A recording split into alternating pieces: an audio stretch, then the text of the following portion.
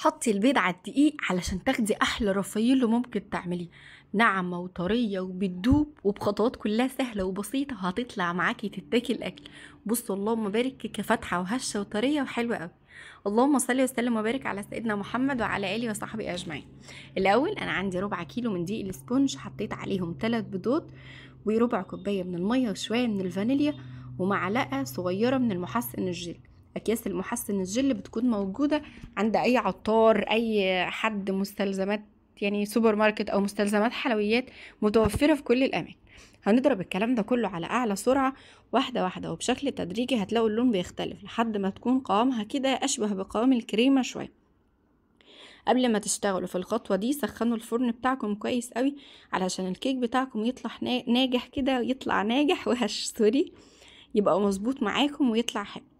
في صينية مقاس 24 بطنته بورقة من الزبدة ودهنة كده صغيرة من الزيت. هبتدي بقى ان انا اوزع الخليط بتاعي. علشان الخليط بتاعكم ما يكونش فيه فراغات، بخلة كده من بتوع الشيش او بخلة اسنان صغنونة ابدأوا وزعوها كده رايح جاي، مرة عرض ومرة طول، علشان تتأكدوا ان مفيش اي فراغات هوا وان هي اتوزعت كويس قوي جوه الصينية. هندخلها فرن ساخن على حرارة 180 اول 5 دقايق. بعد 5 دقايق هننزل الحرارة 170 وهتاخد معانا بالظبط 30 دقيقة في الفرن وهتطلع بيرفكت جدا. انا اديت لها 25 دقيقة بس وطلعت اللهم بارك مستوية وحلوة قوي وطلع لونها تحفة. حطيت 200 جرام من الشوكولاتة مع ربع كوباية من المية ودخلتهم الميكرويف لحد ما بقى عندي جليز شوكولاتة حلو كده زي اللي شفتوه من شوية. طلعت بقى اللهم بارك من الفرن، عايزة اقول لكم اسفنجية حرفيا، كأنكم ماسكين سفنج. وده بالمناسبة الدقيق اللي عملناه مع بعض قبل كده، شوفوه لو عايزين الوصفة قولولي حطها لكم في اول تعليق. دقيق الاسبونج يا جماعة مفيش اسهل من كده ان هو يتعمل في البيت، والله سهل جدا. طلعت بقى بالجمال اللي انتوا شايفينه ده. خليتها تبرد وبعدين قلبتها وشلت ورقة الزبدة وهبتدي ان انا بقى احطها على الطبق او القاعدة اللي انا هقدم عليها.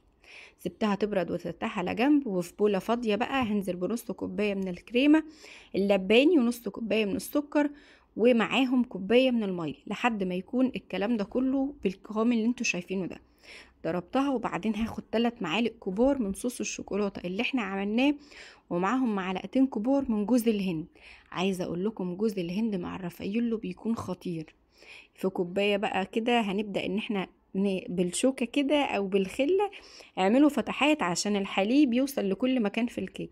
سقيتها بكوباية من الحليب وكانت كمية مناسبة جدا، ما تقلقوش مش هتكون كتير ولا اي حاجة. بعد ما سقيتها كده بالحليب هبدأ ان انا اوزع بقى الكريمة بتاعتي كده على كل الاماكن. عايزة اقول لكم انها حرفيا هتبقى تورتاية اصلا، مش هتبقى مجرد كيك حلو كده هتعملوه، لا.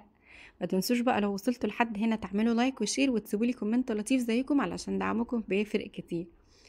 بعد كده بقى هندخلها التلاجة حوالي 10 دقايق، طبقة الكريمة بس تتماسك، وبعدين ابدأوا وزعوا كده بقى الجليز اللي احنا عملناه بتاع الشوكولاتة اللي جهزناه مع بعض. بعد ما بيتساب شوية يعني احنا هنعمله بمجرد ما الكيك يدخل الفرن.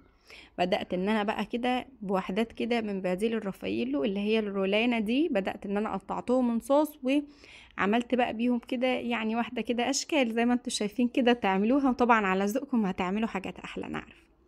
بدأت ان انا كده من على الوش احط شوية من صوص الكراميل. عايزة اقول لكم بينقلها في حتة تانية، حرفيا بتبقى خطيرة. دخلتها التلاجة بقى، دخلوها التلاجة اقل حاجة ساعة علشان الطبقة بتاعت الشوكولاتة كده تتداخل مع طبقة الكريمة مع طعم الكيك، تطلع كلها مع بعضها اكسترا كراميل زيادة علشان انا بحبه زيادة، وهتطلع معاكم خطيرة. كل قطمة فيها حكاية. عايزة اقول لكم انها فعلا فعلا هتبقى تورتة مناسبة قوي. صح هنا.